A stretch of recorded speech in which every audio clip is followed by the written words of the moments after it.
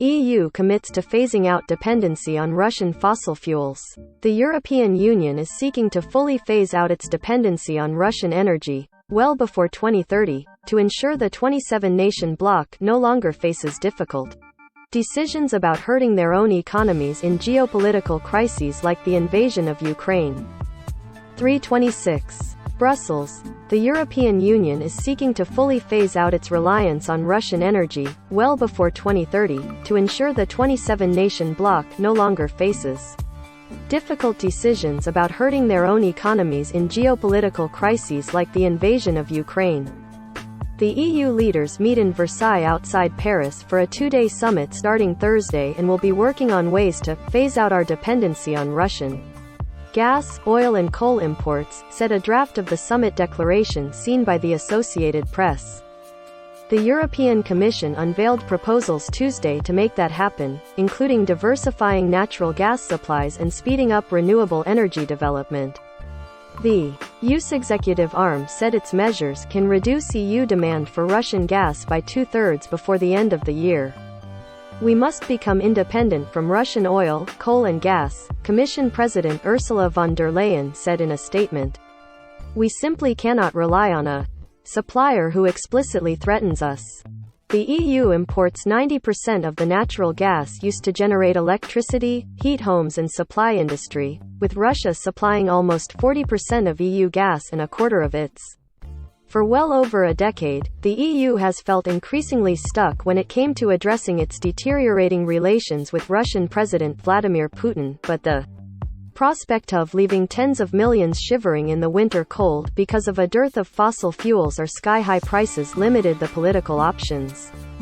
The invasion of Ukraine was a game-changer, and within 2 weeks, the EU has rallied to prepare a more robust energy policy. But it still hasn't signed on to sanctioning Russian energy, even with the US and the United Kingdom announcing bans on Russian oil imports.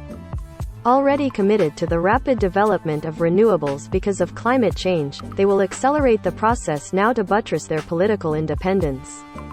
The EU needs to dash into renewable energy at lightning speed, said Frans Timmermans, Commission Executive Vice President in charge of its effort to reduce climate emissions. A key partner will be Germany, which is among many EU nations exposed to Russian clout over energy supplies. We know, and we have to admit it, that we have maneuvered ourselves into an ever greater dependency on fossil energy imports from Russia in the last 20 years, said Germany's economy minister, Robert Habeck. All the German government's, the country's, efforts are going toward reducing this dependency as quickly as possible and then using the energy policy room for maneuver we have gained, including in security policy terms.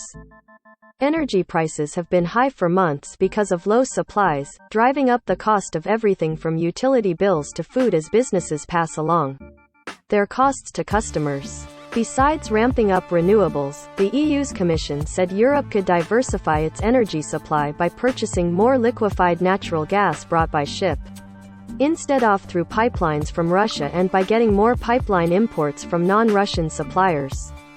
Those could include Norway and Azerbaijan.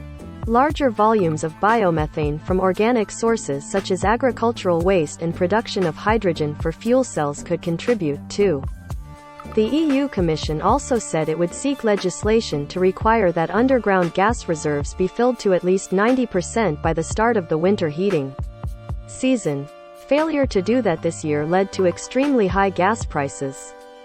The Commission said it also was looking at more measures to help consumers, such as temporary limits to electricity prices. Execution of much of the EU's plan rests with national governments that all have different energy mixes and levels of vulnerability to a gas embargo or cutoff. Germany, Italy and several Eastern European EU members are most dependent. Europe's pipeline system is not set up so that shipments of liquefied gas can easily reach all corners of the continent. While liquefied gas shipments have increased, energy analysts say a total cutoff of Russian gas could only be overcome by forced reduction in gas use, first by industrial users.